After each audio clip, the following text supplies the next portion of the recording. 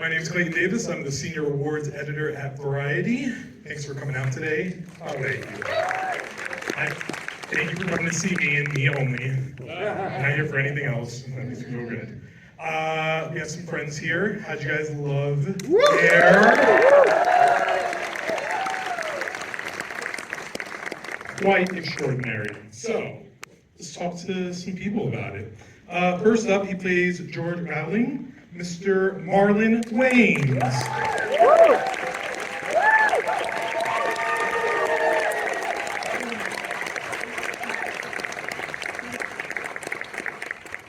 Did you guys keep the swag while Pete just kind of coming out?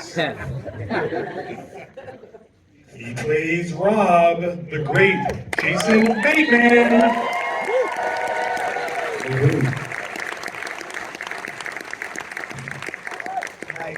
He plays the dad, James Jordan, Julius Tennon.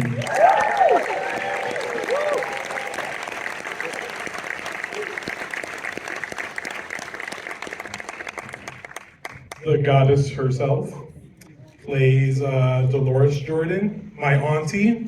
She's really not my auntie, but I'm that. Academy Award winner Viola Davis.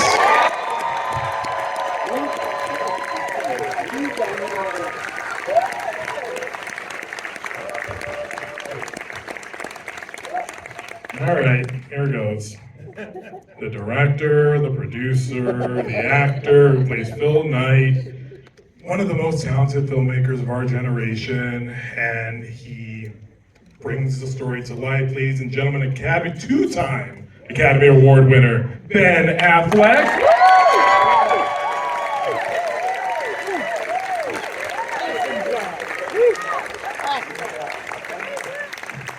Did you? All right. Called this meeting with all of you today to have a very serious conversation, and I'm ready to talk about it.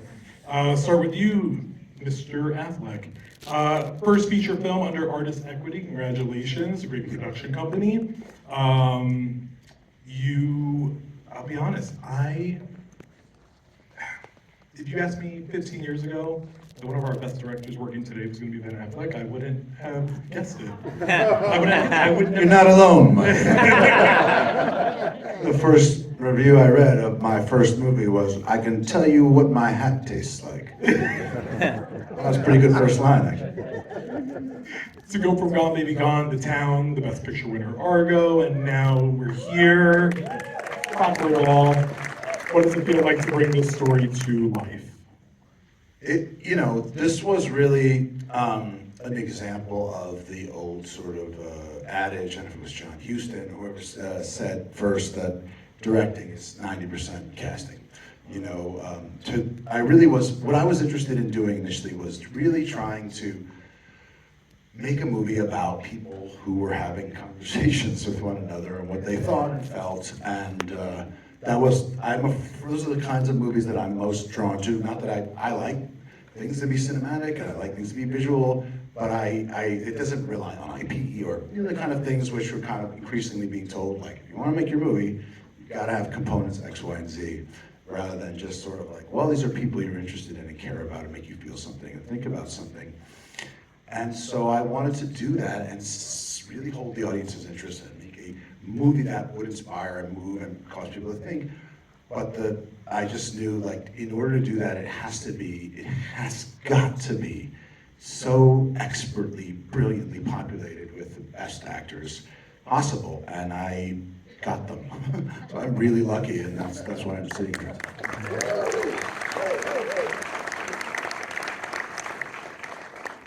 Speaking of best actresses, today, Your Highness, Miss Davis,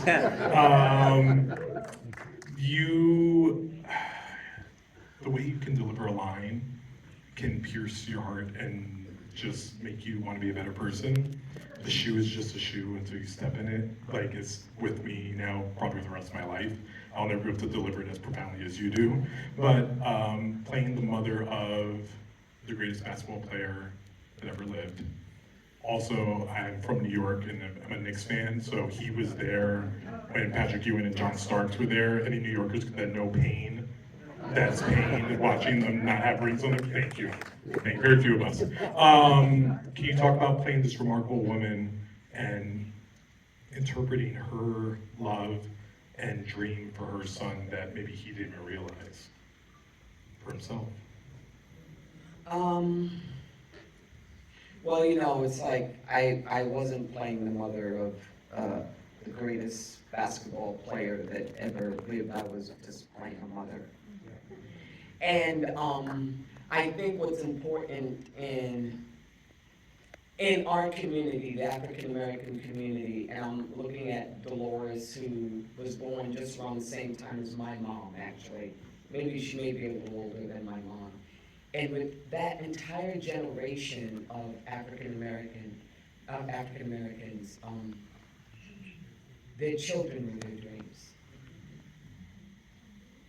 In the absence of opportunity, access to opportunity, coming from, I don't know, Jim Crow, whatever, what happens is your children become the people who take the baton and can run it to a place that literally fits into and encapsulates that promise that we had of the American dream.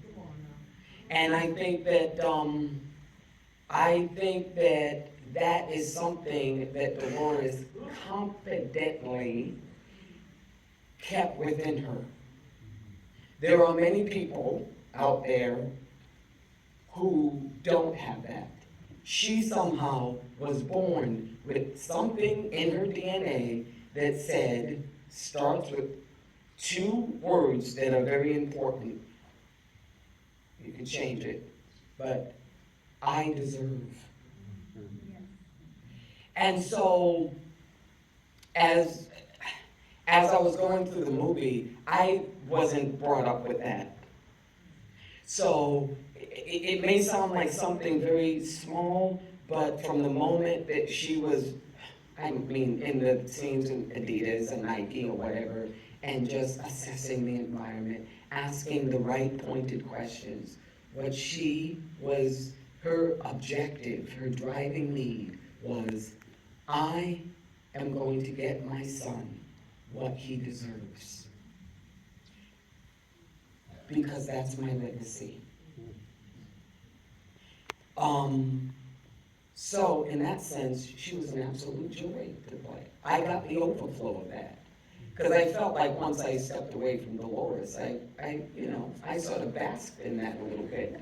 So I need to bring that to the negotiating table a little bit.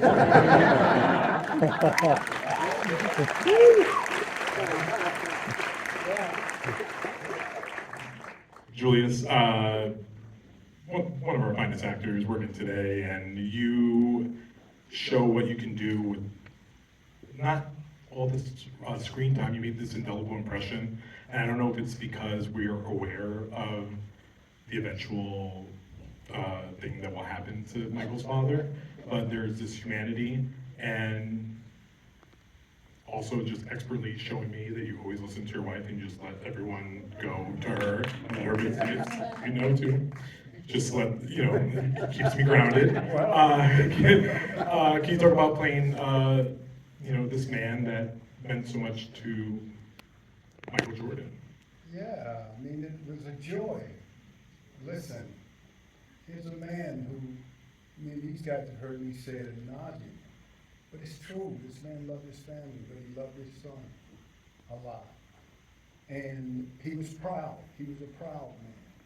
And you can take any father that's got a son that's on the cusp of potential greatness, any father would be proud and support his wife. And so I just looked at his humanity, and then I just wanted to be in the scenes, and that's what Ben so expertly did with us. He allowed us to play. He allowed us to be. And so when you're silent and you're in those moments, then you can play it because it's just so easy. And so it was great to have it. Thank you. Mr. Bateman. When I look up the word versatility in the dictionary, there's a nice little picture of you there. Because this is the guy who was in Juno, Game Night, Ozark, and decided won a couple of Emmys for that. And then now here you are doing a lot of. What I love so much about the movie is that it really does talk about legacy, and obviously Viola spoke a lot about that. But there's such a profound emotional center with your character and what his children mean to him. Can you talk about kind of leaning into that aspect for the role? Well, yeah, I mean, that's a really beautifully written and directed scene, that one where my character talks about his kid. But, you know, what happens in that scene as well at the end is, you know, my character sort of declares what's at stake here for him and his relationship with Matt's character, which is consistent with kind of one of the themes, and Ben, you know, correct me if I'm wrong here. One of the themes in the film, which is value and you know, asking for people to recognize your worth and asking to be recognized for that which I'm sort of relying you on. So I like that my character sort of has a sort of a plot agenda for a while. He's sort of the audience's proxy. He's saying, yeah, listen, it's pie in the sky, we're not doing that. And then eventually it kind of merges with his emotional agenda, which is consistent with the rest of the film, which is, you know, I've got stuff on the line here, guy, and if you're asking me to trust you, I'll think about it. And then eventually he does, and he comes around to it and gets on board with kind of the emotional track of the film. And so I like playing characters like that are sort of, they have a plan and then their heart gets in the way, and it sort of merges with what the audience is onto. And it was a really, really pleasurable experience doing this film. Thank you.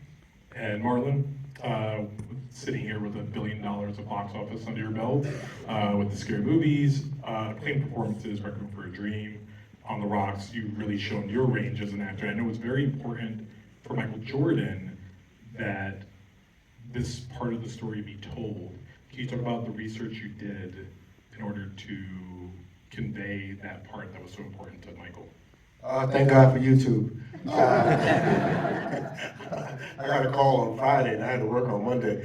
So I learned, what I did was like, I don't know, maybe Wednesday, but I had a long, there's a lot of lines to learn, and, you know, this scene was complex, and, you know, found out that the story was actually real. And my brother knew George Raveling because he used to hang out with Michael Jordan, so I tried to call George Raveling, but instead I left a message for his son. So basically, I couldn't get in touch with George Raveling. So I just kind of like, what was great was as much research as you could possibly do. Ben kind of wanted us to don't do the guy. Do a version of the guy that you want to do. I was like, oh. When I got to set, he told me that. I wish he would have told me that over the weekend. Like, I'm learning all these lines, like, it's like pages, like long monologues, and I can say, like, yeah, don't worry about that stuff. Just make some how would you say it? And so, I'm sorry, I lost the question. No, because I really lost the question. But when you asked me the question, I was actually thinking about what a great mother Jordan had and how damn it, the Wayans should listen to a mother. We still own Scary Movie, I swear to God. Listen to your mama, all y'all people out there, especially your black mama. Listen, she know what she's talking about. My mother was smart. You know, my mother we used to grow up in New York in the project. My mother would be like, baby, you see that crack house over there? You see that crack house? In about 10 years, that's gonna be worth millions of dollars. Like, yeah. Well, no, the crackhead's in there, you watch. 10 years later, it's now the meatpacking district in New York City. I would have been a billionaire. I'm sorry, what was your question, sir? Research and YouTube. Oh, research. So I like to do extensive research on my character. At least, I mean, especially if you're playing somebody, you want to do them justice. You know, you want to, certain things, isms, I call them. You know, you can't take but you got to bring you to a character and melt them together. So I was looking for the isms, how he held his hands, and how he spoke, and what was his act, things like that. But I didn't want to do an impression. I wanted to bring me to him and just live truthfully. And when I got to set, it was a lot of lines, but Ben makes you feel really comfortable, Matt, when you walk on that set. Some sets are really tense, and I think a lot of times it's because it's nervous injuries and directors don't know what they want. Ben knows what he wants. He knows what he wants in the next take, and he's in the editing room going, now I need this from that take. And so he doesn't waste your energy as an actor. So it was really a blessing to do this. I only got one scene, but look, the credit is. My mama said do the movie, so.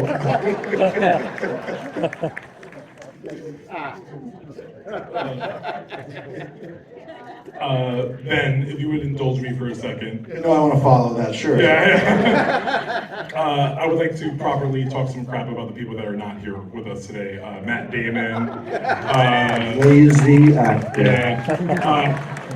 Chris Messina, who does the best Jerry Maguire I've ever seen. Your cinematographer, Robert Richardson. William Goldberg, editor. And I can only assume you're going to be releasing a tracksuit line any day now. Those are already been released. Yeah. 1984 by the Nike company. At your thrift store. And also, sorry, who I've been told is not a middle schooler, the screenwriter Alex Convery. He is the youngest looking guy I've ever seen. First, I met him and I was like, where's the writer? You talk about the dream cast, but working with your alleged best friend for many years and business partner, you guys have this like magic and chemistry, and you worked with Chris a lot and Live by Night as well, which he's brilliant in. Can you talk about just like with that? And Chris Tucker, who is unbelievable. I love it. I'm the biggest Chris Tucker fan out there. I have been for 20 years. Every time I saw Chris, I was like, hey, Chris, Ben Affleck. One time I'd like to work with you. All right, cool, I'll talk to you. It's true, too. I've been asking him, too. He acts like he doesn't remember, but I know he does. Because he has a little bit of look on his face, like, well, I had to give it time. As I said, the people you see here and are gifted and brilliant and made the movie work and made it beautiful to me, and so did the other actors. You mentioned Matt is a friend of mine. I love him. He's my best friend. We've known each other for 40-some years. And that relationship was part, you have a lead in the movie that do set a kind of a tone.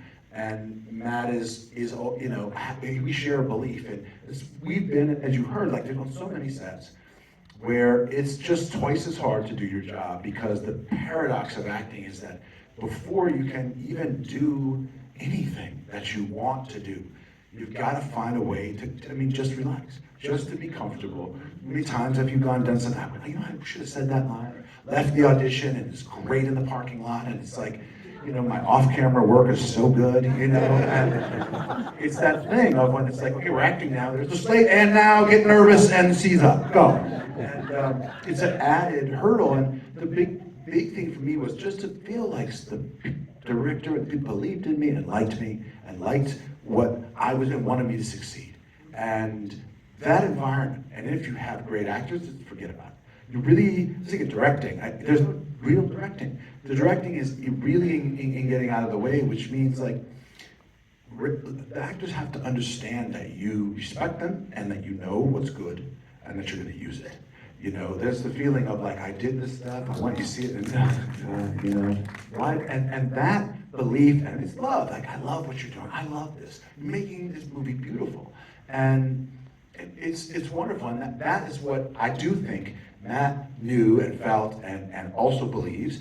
And so we just want to have that feeling. And part of what Arts Equity does is just say, look, here's the movie, here's the deal. We'll just deliver it to you. But we're going to decide how, we want to pay the crew more. We want to pay the actors really what they deserve. We want to raise, we got 20% higher so far, 5 movies, fees for all the crew than but that's a lot. That's a real thing to do. And it's not just arbitrary. It's based on people who are really good and understand and a sense of ownership and a sense of commitment and appreciation and just work harder and care too. And as actors, we all know how much we rely on one another and everybody there. Anyway, I won't go on too long. Chris Messina, Matt, Chris Tucker, Matt Mayer, all of them just did exactly what you see here, which is like the stories. I don't even know what was written and what wasn't written. It's true, because I was like, Marlon, just do it. You have it. You know it. It doesn't matter. It really doesn't. Because when you're in that zone and you feel it and he has this take in you and you're gifted as they are, it's not something you can say, okay, it's your first day acting, go ahead, knock yourself out. That's not gonna happen. But when you are a master and you have done what, Viola has done, you just go like, I'm gonna turn the camera on. And it just get out the fucking way. That's the truth, you eat a lot of talk, you can't play that many things either. I have a weakness, which I talk too much, my wife is here, she'll confirm that. And really the truth is you wanna just go like, you can play one or two things. You know what I mean? And most of it's already done in there by the time they get there. And it's really just what version of that are you gonna get, how much you're gonna get out of them. And this is a story that couldn't be my voice, or Alex's voice, or anyone's voice. It has to be authentic. You're talking about like, when I talked to Howard White, he was talking about growing up in segregated South, going to play basketball in a town, Virginia, that had a whites only sign, and being the only African American there, and then playing on the basketball team and got elected president of the school. I mean, me and Chris had a 5-minute monologue at the beginning of the movie about that. Like, it was like, let's try it, let's see, And there was so much richness in all these characters.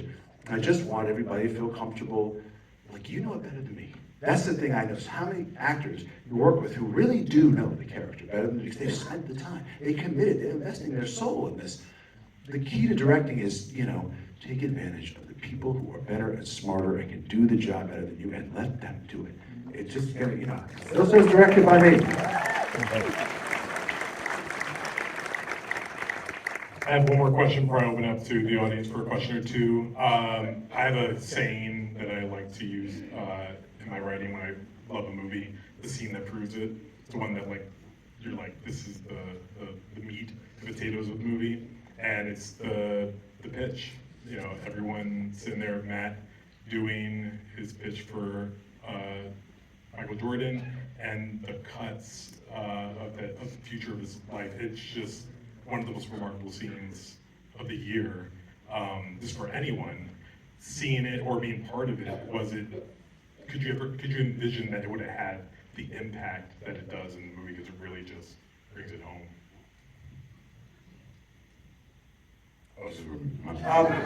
I'll tell you what makes that scene good, in my opinion. That's great. He does the monologue. It's quite moving. A lot of that is informed by, now we've seen Jordan in college in the NCAA shot that he takes. So the first, Michael just doesn't appear.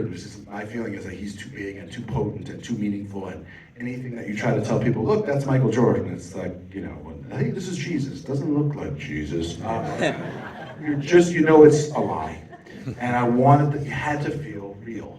And so then when you see him in all his magnificence, and then even all of the broken, hurting moments, it's that in of itself is very powerful. And that's, we worked a lot on that speech, and Matt did a great job. He knew how to do it in many ways by doing less. And what's beautiful about the scene to me is that it's so much of it plays on the faces of the other characters who aren't talking.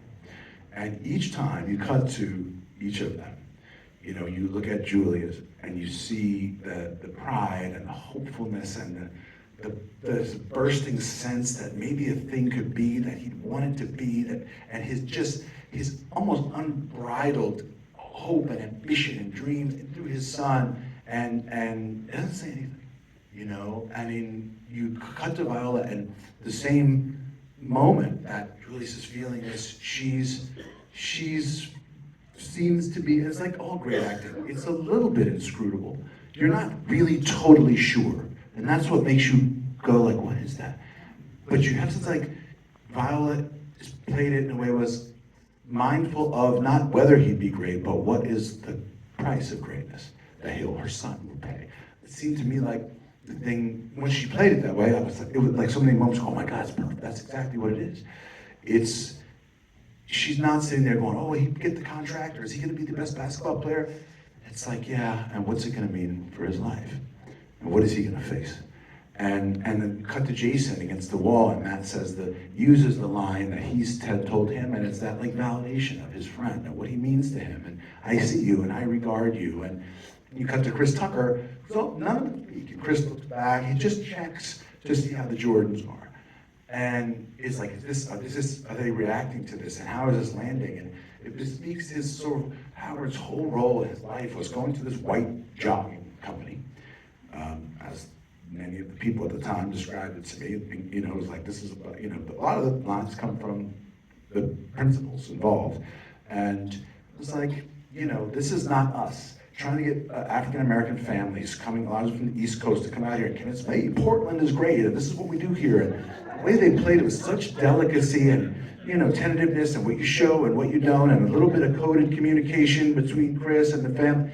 And it just was so, you know, you just don't touch it. You just like, hush, you know.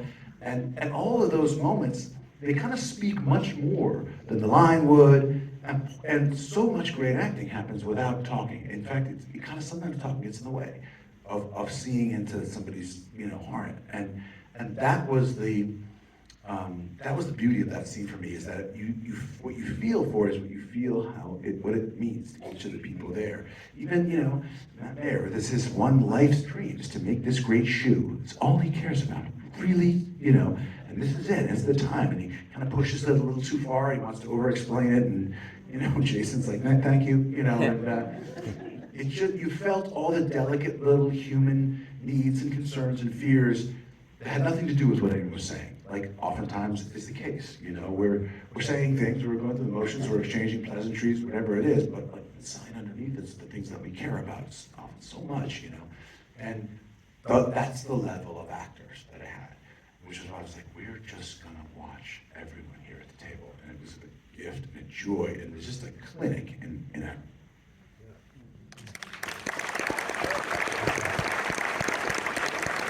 All right, we have time for just one or two questions. 3 quick rules. 1, have it be a question. I don't want to hear like, no, question. 2, don't be rude. And if you can't have something to say nice, just shut up.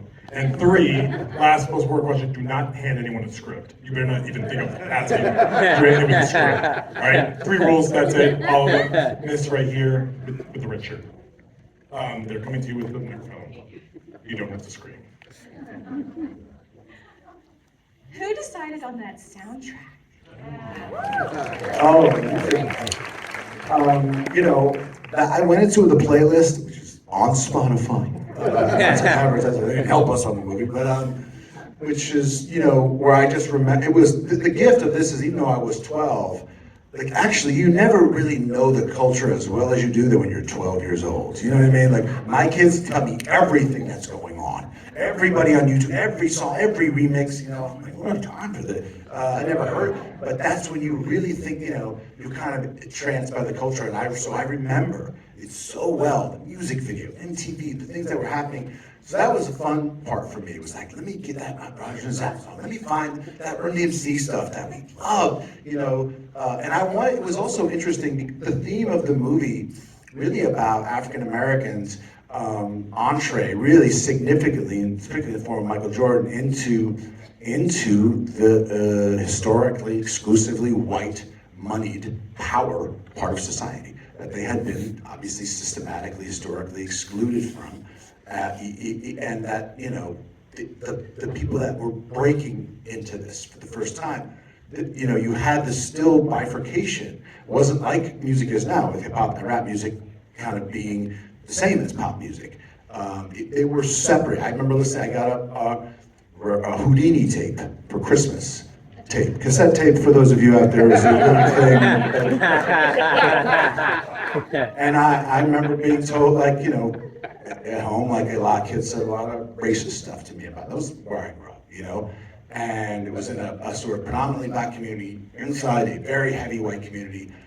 And so I was mindful of those tensions and the way in which that kind of mirrored. And so the short answer is I wanted to include like the message and Run DMC stuff and that early hip hop music that was rap music really at the time, but that was entering into the pop consciousness before only, you know, black pop stars like Prince Michael Jackson, you know, and the whole, like, all the rappers were in this other sort of thing, and that's why I wanted to, you know, Matt's character doesn't know who Run DMC is, and he's like, that's what I'm talking about, Sonny. It's like, Chris is hilarious, I love Chris. Anyway, that's the soundtrack, and I found it so generous of Ben to like pack so much fun into that movie, and like for us, you know, who was watching the movie, and was never worried about the film ever feeling camp or too light or too popcorn. Like, he's such a badass that he can put all of those campy 80s songs in there and still rip your heart out at the end. Like, I've only ever seen David O. Russell do that. Like, it's just a magic trick. I was really taken by that. Well done. That's right. Right, and gentleman right here with the glasses. Mike is coming to you. Bring us home. Amazing film, and look forward to your Oscar nominations across the board. The film is funny and emotional and inspiring. The funny parts of the film, was that on the page? Was that in the script, or did you find a lot of that on the day with all these great actors who were just improvising? Actors have played the scenes, and I mean, much of life is funny. I don't know, the most interesting parts of life are funny. Terrible, tragic, I mean, gallows humor is a big part of tragedy. It's, I don't know how you, like, absent humor, you know, I mean, Viola, she cuts Matt off from his German accent that he's trying to do his the funniest moments in the movie. So that's just a part of the fabric of drama to me, you know what I mean? To feel connected, and when you have actors playing the reality of a scene, part of any character is their sense of humor, the degree to which they indulge that or they don't. Jason, like, trying to be funny, and sometimes, I mean, he's brave, man. Like, and it just, did you fly out here? You know, I mean, your arms get tired. I mean, oh, talk about the word cringe was not around then. I mean, it's beautiful, like, to take that, be that person. Most actors are too vain to do that, too scared. But to me, that's genius. Because that's like, yeah, that happened. First of all, I don't appreciate you trying to take my job and do awards predictions in front of everyone. Sorry guys, we're actually out of time, but if you look under your chair, there are Jordans there for everyone. Mine. So sorry. You might want to feel good about that. Listen, one more time, the cast of Air, thank you everyone for coming today, and tell all your friends and family to see it.